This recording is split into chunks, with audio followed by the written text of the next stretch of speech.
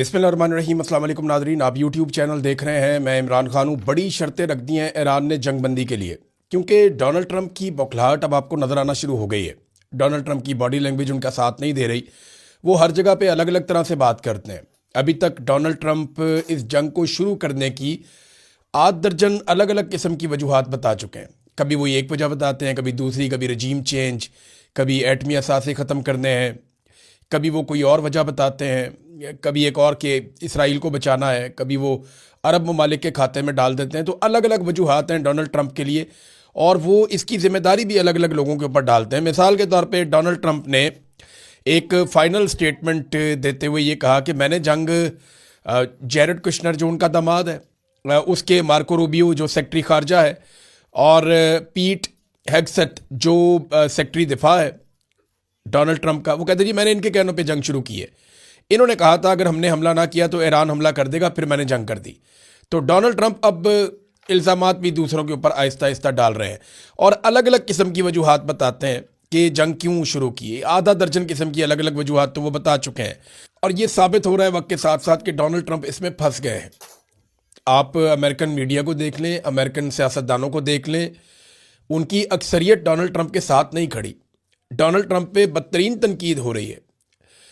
America का ज़्यादातर media Trump और उसकी जंगी पॉलिसियों के खिलाफ लिख रहा है, उसके खिलाफ बोल रहा है। बीबीसी और सीएनएन की अगर आप रिपोर्टिंग देखें, बीबीसी तो ब्रिटिश है लेकिन सीएनएन की अगर आप रिपोर्टिंग देखें, या आलमी मीडिया में आप अल जज़ीरा को देखें, तुर्क मीडिया को देखें, रशियन मीडिया को देखें, यूरोपियन मीडिया को देखें, तो आपको आइडिया हो जाएगा कि इस जंग को सब लोग एक मिस कैलकुलेशन करार दे रहे हैं और एक दलदल जिसके अंदर इसराइल ने डोनाल्ड ट्रंप को फंसा दिया, इस किस्म की बातचीत की जा रही है। अब डोनाल्ड ट्रंप ने बिलाखिर जीत का ऐलान कर दिया और ये कहा कि हम तो पहले घंटे में ही जंग जीत गए थे, और ये जंग तो हम जीत चुके हैं। ईरान में ऐसा कुछ बचा ही नहीं जिसको अब तबाह किया जाए। हमने तो बहुत तबाही फेर दी है। उनके जहाज़ भी डुबो दिए, उनकी एयरफोर्स भी ख़त्म कर दी, उनके जो है वो इंफ्रास्ट्रक्चर सारा उड़ा दिया, उनकी जो लीडरशिप है वो भी सारी मार दी। अब इस किस्म की बातें डोनाल्ड ट्रंप कर रहे हैं कि हम तो जंग जीत चुके हैं, लेकिन ये सौदा बिक नहीं रहा। ये जो सौदा डोनाल्ड ट्रंप बेच रहे हैं ना कि जंग हम जीत चुके हैं, ये फेस सेविंग का स्टेटमेंट है। और डोनाल्ड ट्रंप को उनके मशीरों ने यही कहा था। मैंने एक दिन पहले आपको खबर भी दी थी कि डोनाल्ड ट्रंप के मशीर उनसे ये कह रहे थे कि आप इस जंग में अपनी जीत का दावा करें और इसमें से निकल जाएं, जितनी जल्दी हो सकता है जंग से बाहर आ जाए।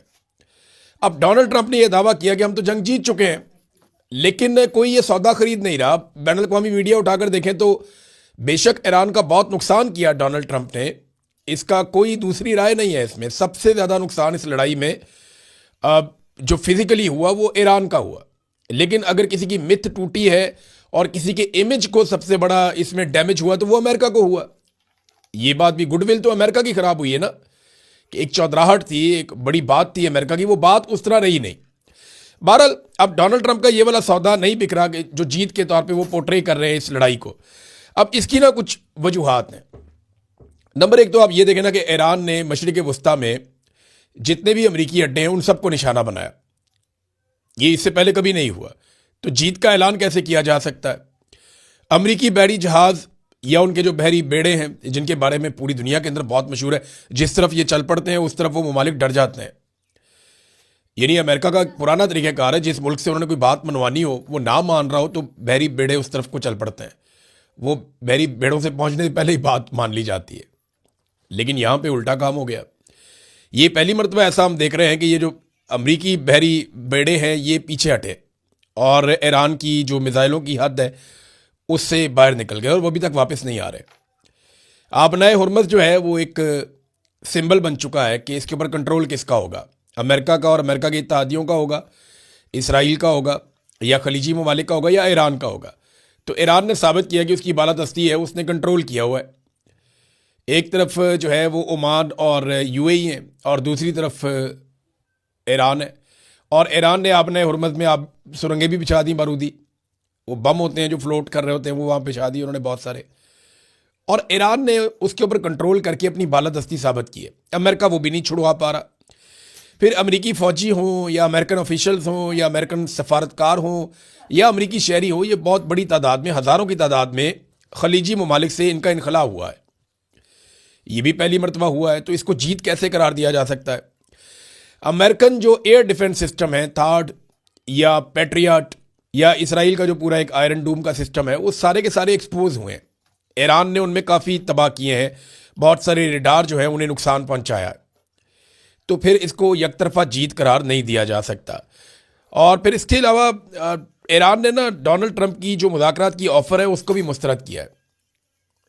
तो इसके बाद आप एकदम से नहीं कह सकते कि आप जंग जीत गए हैं।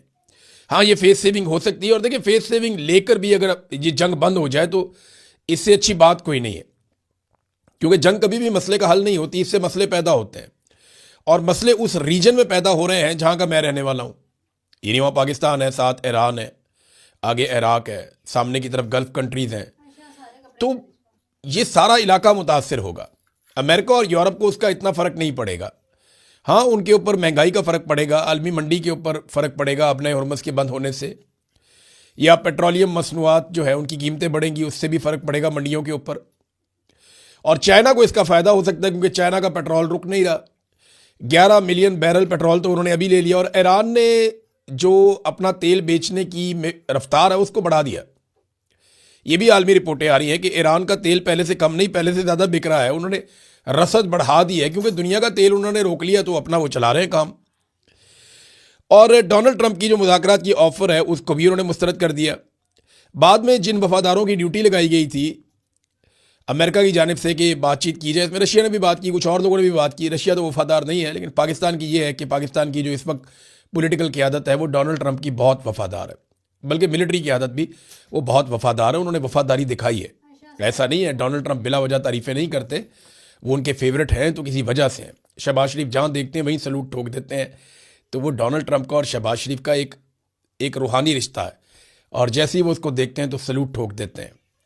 तो डोनाल्ड ट्रंप ने जो ड्यूटी लगाई, इन लोगों ने राब्ते किए ईरानी सदर के साथ, उस पर ईरानी सदर ने जो स्टेटमेंट दिया ना, ये है आज की सबसे बड़ी खबर। ईरानी सदर का जो स्टेटमेंट है, ये बीबीसी में भी छपा है, पूरी दुनिया में छपा है, उनकी तरफ से सोशल मीडिया के ऊपर भी आया है। तो एक मुख्तसर उनका स्टेटमेंट है जिसमें उन्होंने बताया कि पाकिस्तान से और रूस से उनकी बात हुई है, और वो ये जानते हैं कि ये दो मुल्क हैं जिनके साथ अमेरिका की भी बात हुई है। यानी अमेरिकन कोई भी हो, छोटा मोटा भी हो, वो शहबाज शरीफ को ऑर्डर दे सकता है। वो ऑर्डर आ गया। और डोनाल्ड ट्रंप की अपनी बात प्यूटन के साथ भी हुई है, और फिर प्यूटन की बात ईरानी सदर के साथ भी हुई है। तो ये सारा अगर आप लिंक मिलाएं तो आपको समझ आ जाती है। अब ईरानी सदर ने 3 शराइत रख दी हैं जंगबंदी के लिए। अगर जंगबंदी करनी है तो 3 शराइत रख दी हैं, क्योंकि ईरान की ना जंगबंदी में उतनी ज़्यादा दिलचस्पी नहीं है। वजह क्या है कि ईरान को पहली मरतबा मौका मिला है, और ये बालादस्ती मिली है कि वो अब अपना बम फेंकता है और वो जाकर ज़मीन को टकरा जाता है। इससे पहले यहाँ पे जो फ़िज़ाई दिफाई निज़ाम था अमेरिका का और इसराइल का, वो बड़ा मजबूत था। तो ईरान ने बड़ी मेहनत के बाद बेशुमार ड्रोन्स और मिज़ाइल फेंक फेंक कर ना सिर्फ उस निज़ाम को तबाह किया, कमज़ोर किया, बल्कि अब उसमें रास्ता बना लिया है कि वो अब अपने टारगेट्स को अचीव कर सकता है। यानी अपनी मर्ज़ी की जगह के ऊपर वो मिज़ाइल मार सकता है। इसके ऊपर एक स्टेटमेंट भी आया हुआ है ईरान से, और ये सवाल जब पूछा गया ईरानी क़यादत से तो उन्होंने इसके ऊपर जवाब भी दिया है। ईरानी स्पीकर हैं मोहम्मद बाकिर कालीबाफ, उन्होंने अमेरिका के दावों को रद्द कर दिया कि अमेरिका ने ईरान की मिज़ाइल सलाहियतों को तबाह कर दिया। मोहम्मद बाकिर ने ये लिखा अपने स्टेटमेंट के अंदर, और ये लिखा कि बड़े पैमाने पर किए गए मिज़ाइल हमलों की इब्तदाई लहरें दुश्मन के रेडार और दिफाई निज़ाम को नकारा बनाने के लिए की गई थी। अब ईरान कम तादाद में मिज़ाइल इस्तेमाल करते हुए अपनी पसंद के किसी भी मुकाम को निशाना बना सकता है। अब से कुछ देर कबल सदर ट्रंप ने दावा किया था कि ईरान की बहरिया नहीं रही, और इनकी फ़िज़ाइया ख़त्म हो गई है, और इनके मिज़ाइल भी ख़त्म हो गए हैं, और इनकी क़यादत भी ख़त्म हो गई है, और हम और ज़्यादा बुरा भी कर सकते हैं। लेकिन फिर ईरान की तरफ से जवाब आया, उन्होंने कहा नहीं जी, आप अपनी मर्ज़ी की जगह पे मार सकते हैं। ऐसी ही कैपेबिलिटी इनकी पहले नहीं थी। यानी पहले अगर ईरान मिज़ाइल मारता था ना, तो 90% हवा के अंदर डिस्ट्रॉय कर दिए जाते थे, हवा में ही तबाह कर दिए जाते थे, उनका सिर्फ मलबा जाकर नीचे गिरता था। ये इसराइल के पास कैपेसिटी थी, अमेरिका के पास भी थी, लेकिन अब ऐसा नहीं हो रहा। अब ये जो 90% हवा में तबाह कर दिए जाते थे, 10% बड़ी मुश्किल से कहीं पहुंचते थे, अब ये शरह बढ़ते बढ़ते 40-50% हो गई। यानी अब काफ़ी ज़्यादा मिज़ाइल जो है वो पहुंच जाते हैं बिल्डिंगों तक और अपने टारगेट्स तक जो ईरान चलाता है, क्योंकि यहाँ पे रडार सिस्टम काफ़ी वीक हुए हैं, और जो एयर डिफेंस सिस्टम है अमेरिका का और इसराइल का, वो बहुत हद तक ना सिर्फ तबाह हुआ बल्कि डिस्टर्ब हो गया। और उनके जो इंटरसेप्टर्स हैं वो भी कम हो गए।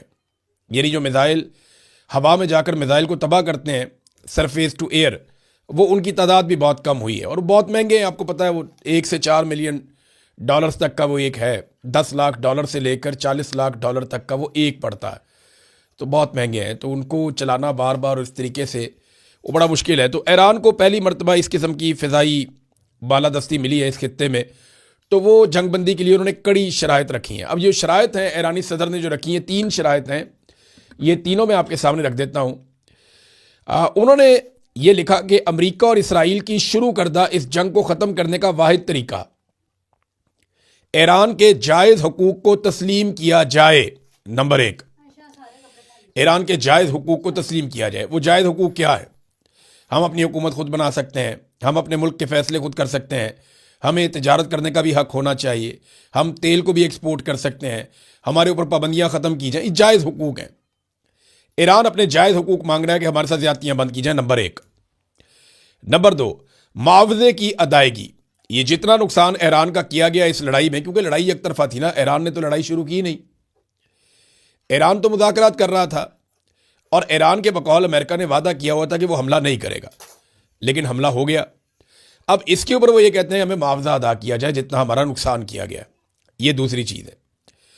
और तीसरी चीज़ वो ये कह रहे हैं कि मुस्तकबिल में किसी भी जारियत के खिलाफ मजबूत बैनुल अक़वामी ज़मानतें हमें दी जाए, यानी हमें अब ज़मानत दी जाए कि आइंदा हमारे ऊपर किसी किस्म का कोई हमला नहीं होगा मुस्तकबिल में। ये 3 चीज़ें करें तो हम जंगबंदी कर देते हैं। बड़ी माकूल चीज़ें हैं। और ये एक तो वो ये कहते हैं जनाब हमारा हक़ हमें दें, नंबर 2 वो ये कहते हैं कि जो हमारा नुकसान किया उसकी भरवाई करें, नंबर 3 वो ये कहते हैं कि आइंदा हमारे साथ ज़्यादती नहीं होगी, इसकी भी हमें गारंटी दें। अब ये गारंटी कौन दे सकता है? रशिया या चाइना को गारंटी दी जा सकती है अमेरिका की जानिब से, और ये गारंटी किस सूरत में हो सकती है ये भी बड़े सवाल आते हैं। हो सकता है कि बहुत सारा कुछ प्लज कर दिया जाए कि ठीक है ये चीज़ फिर आपको मिल जाएगी अगर आप पे हमला किया गया तो। अब कुछ भी हो सकता है इसमें। यूएन का किरदार तो बड़ा ही मामूली सा किरदार होता है। अक़वाम मुत्तहिदा अपनी हैसियत ही खो बैठा है। यानी इसराइल के ख़िलाफ़ इतनी मज़म्मती करारदादें पास हुई, इतना कुछ किया गया, आज तक वो टस से मस नहीं हुआ। अभी ईरान के ख़िलाफ़ भी एक मज़म्मती करारदाद पास हो गई कि उर्दन के ऊपर और गल्फ़ ममालिक के ऊपर जो अटैक किया गया है उसको बहरीन ने पेश किया। और पाकिस्तान के बारे में भी बताया जा रहा है पाकिस्तान इसका को स्पॉन्सर था, इस करारदाद का जो ईरान के ख़िलाफ़ अक़वाम मुत्तहिदा में पेश हुई है।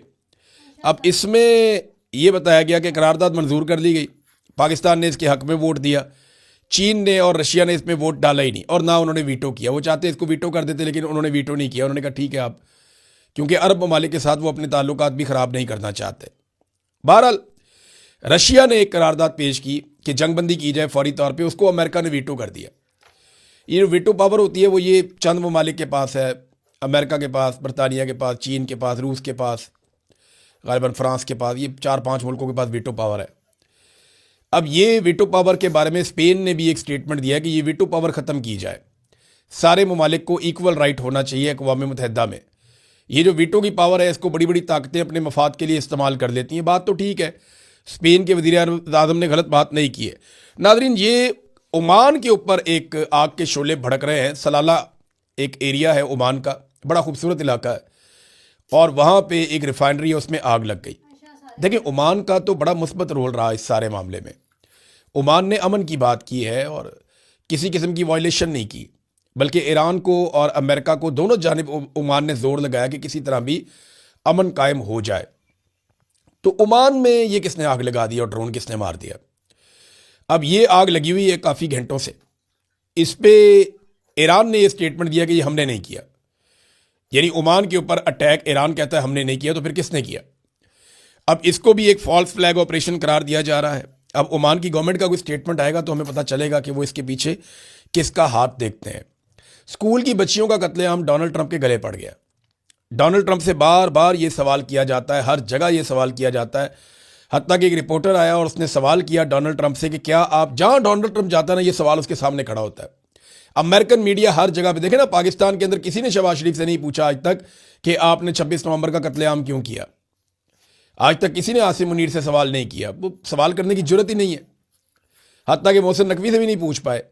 लेकिन वहां पे देखें ईरान के अंदर बच्चियां शहीद हुई और अमेरिका में मीडिया ने डोनाल्ड ट्रंप के नाक में दम कर दिया। वो रिपोर्टर कहता है, क्या आप मुनाब स्कूल पर हमले की जिम्मेदारी कबूल करते हैं? फौजी तहकीकात से पता चला है कि अमेरिका ने ही इस स्कूल पर हमला किया था। तो डोनाल्ड ट्रंप ने कहा, जी मुझे इसके बारे में कुछ मालूम नहीं है। और अब अमेरिका से एक और खबर आ रही है ना, ये हमला हमारा गलत हो गया था और हमारा टारगेट हिट नहीं हुआ था और ये मिसाइल गलत सिमत में चला गया था, ये एक गलती हो गई है। अब अमेरिका से इस किस्म का भी एक मौक़िफ़ आया है, लेकिन इस मौक़िफ़ के खिलाफ भी बहुत सारे मजीद सबूत और चीज़ें आहिस्ता आहिस्ता सामने आ रहे हैं। नाज़रीन, ईरान ने एक और धमकी दी है और ये कहा है कि अगर हमारे इंफ्रास्ट्रक्चर को तबाह किया गया तो हम पूरे खित्ते में यही करेंगे, यानी हम भी इंफ्रास्ट्रक्चर तबाह कर देंगे। इस वक्त जो है वो आबनाए हुर्मुज़ में 10 से ज़्यादा ऐसे बहरी जहाज़ हैं जो जिनमें आग लग चुकी है, जिनके ऊपर हमला हो चुका है। ये जो थाईलैंड वाले जहाज़ के साथ हुआ है, इसमें 2 इंडियंस के बारे में बताया जा रहा है कि वो भी मारे गए हैं। अब इंडियन मीडिया में रोला पड़ा हुआ है कि जनाब ईरान से बदला ने हमारे बंदे वहाँ मारे गए। तो ईरान ने तो पहले बताया था कि यहाँ से जहाज़ कोई नहीं गुजारेगा, जो गुजारेगा अपनी जिम्मेदारी पे गुजारेगा, मैं यहाँ से नहीं जाने दूंगा और मैं ये रास्ता इसलिए बंद करूँगा कि मेरे खिलाफ इस रास्ते को इस्तेमाल किया गया है और हमारे मुल्क के ऊपर जारहियत की गई है और इन ममालिक के ऊपर और इस रास्ते के ऊपर जो है वो अड्डे हैं सारे अमेरिका के, जो हमारे ऊपर अटैक कर रहा है, तो फिर हम इसको बंद करके रखेंगे। ईरान ने ये धमकी बहुत पहले लगाई थी।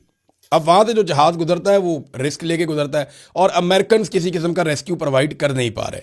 वो रास्ता खोलने के अंदर अभी तक नाकाम है। रास्ता खोलना है तो मुज़ाकरात करने पड़ेंगे और अगर ईरान के साथ कोई डील करनी है तो 3 शराइत ईरान ने बता दी हैं। अब उन शराइत को कैसे पूरा किया जाता है, ये बड़ा सवाल है। इसराइली अवाम अब नेतन्याहू से तंग आना शुरू हो गई, यानी बंकरों के नीचे रहना बहुत मुश्किल होता है। अभी गर्मियाँ आने वाली हैं आगे, अगर ये लड़ाई लंबी जाती है तो बंकरों के अंदर घुसे हुए लोग, वहाँ पे बिजली का शटडाउन भी शुरू हो गया है। इसराइल के अंदर प्रॉब्लम्स बढ़ती जा रही हैं। अगर ये मामला हो गए तो नेतन्याहू को तो लोग शक्ल देखना पसंद नहीं करेंगे। वैसे भी उसकी शक्ल नज़र नहीं आ रही, को 4-5 दिन हो गए नेतन्याहू गायब है। दुनिया में जहाँ भी जंग होती है उसकी लीडरशिप नज़र आती है, नेतन्याहू बिल्कुल ही गायब है, कहीं दिखाई नहीं देता, कहीं सुनाई नहीं देता, पता ही नहीं चलता कहाँ पर गया। और इसकी कुछ बड़ी अहम मीटिंग्स थी, वो मीटिंग्स भी कैंसिल हो गई है। तो नेतन्याहू के बारे में अभी कुछ पता नहीं चल रहा कि उसके साथ हुआ क्या, वो गया कहाँ, पकड़ लिया गया, मार दिया गया, क्या हुआ उसके साथ। लेकिन उर्दगान का एक स्टेटमेंट आया, रजब तैयब उर्दगान, तुर्की के सदर, वो कहते हैं जी कि इसराइली जो अवाम है जो हर रात ज़ेरे ज़मीन बंकर में गुजार रही है, अब उन्होंने भी कहना शुरू कर दिया है कि होलोकॉस्ट के बाद उन पर आने वाली सबसे बड़ी आफत नेतन्याहू है, जिसकी वजह से वो इस हालत में है और बेड़े गर्क हो गया। तो ये जनाब इसराइल की मजलूमियत आपको आने वाले दिनों में नज़र आएगी। ये बात मैं आपको दावे के साथ कह देता हूँ। वो इसलिए कि इसराइल में इतना बड़ा इंफ्रास्ट्रक्चर का नुकसान पहले कभी नहीं हुआ जो अब ईरान ने कर दिया। गो कि बहुत फ़र्क है। ईरान में एक एक दिन में 100-100, 150-150, 200-200 बंदे भी शहीद हो जाते हैं। एक हमले के अंदर 168 बच्चियाँ शहीद हो गई सिर्फ। तो बड़े बड़े वाक़यात ईरान के अंदर होते हैं, लेकिन इसराइल में होने वाला नुकसान जो है वो टोटल मिला के भी ईरान के एक दिन के नुकसान के बराबर नहीं है। लेकिन वो लोग समझते हैं कि ये जानें बहुत कीमती हैं। अब आने वाले दिनों में आप देखेंगे मजलूमियत का कार्ड खेला जाएगा इसराइल की जानिब से और ये कहा जाएगा हमारे साथ बहुत जुल्म किया है ईरान ने। हालांकि इस वक्त की मैं आपको बात बताता हूँ, अभी जब सारे लोग डिस्कस कर रहे हैं ईरान को, लबनान को और गल्फ़ स्टेट्स को, उस वक्त इसराइल ने बमबारी कर दी है खैमा बस्तियों के ऊपर जिसके अंदर रह रहे थे गज़ा के लोग, यानी गज़ा के मासूम बच्चे, बच्चियाँ, ख़वातीन, बुज़ुर्ग, वो जिन खैमों के अंदर रह रहे थे आर्जी तौर पे टेंटों पे, उनके ऊपर बमबारी कर दी है और वहाँ से हज़ारों लोग निकल कर भागे। उन्हें कोई समझ नहीं आ रही वो कहाँ पे जाएं। जब मैं ये वीडियो रिकॉर्ड कर रहा हूँ अभी अभी ताज़ा मनाज़िर और ख़बर वहाँ से आई है। अब इसराइल जो है वो वहाँ पे जेनोसाइड कर रहा है, नस्ल कुशी कर रहा है। लेकिन ये कुछ अरसे के बाद ईरान को एक जालिम के तौर पे, एक जाबिर के तौर पे पेश करेंगे। हालांकि अटैक पहले इसराइल ने किया था और अमेरिका को भी इस लड़ाई के अंदर मुबैना तौर पे इसराइल ने ही फंसाया है। नाज़रीन, एक दावा किया गया कुछ लोगों की जानिब से कि अरब ममालिक परेशान है कि पाकिस्तान में सोशल मीडिया क्यों अरब ममालिक के साथ खड़ा नहीं हो रहा। देखिए, एक तो बात ये ज़हन में रखें कि ईरान के साथ लोगों के खड़े होने का मतलब ये नहीं है कि वो अरब ममालिक के ख़िलाफ़ हैं। वजह सादी है कि इसराइल ने और अमेरिका ने अटैक किया, इसलिए लोग ईरान के साथ खड़े हैं। दूसरी बात यह है कि वो लोग अरब ममालिक के अंदर जिन अड्डों को देखते हैं वो उनके खिलाफ बात करते हैं, अरब ममालिक के खिलाफ पाकिस्तानी नहीं है। ये अरब ममालिक को समझना पड़ेगा। अगर कहीं खुदा न खास्ता इसराइल ने और अमेरिका ने किसी अरब मुल्क के ऊपर अटैक किया होता तो इससे ज़्यादा शिद्दत के साथ पाकिस्तानी अरब ममालिक के साथ भी खड़े होते। और दूसरी इसकी एक रीज़न और है, वो रीज़न ये है कि पाकिस्तान में इस वक्त एक नाजायज़ हुकूमत है।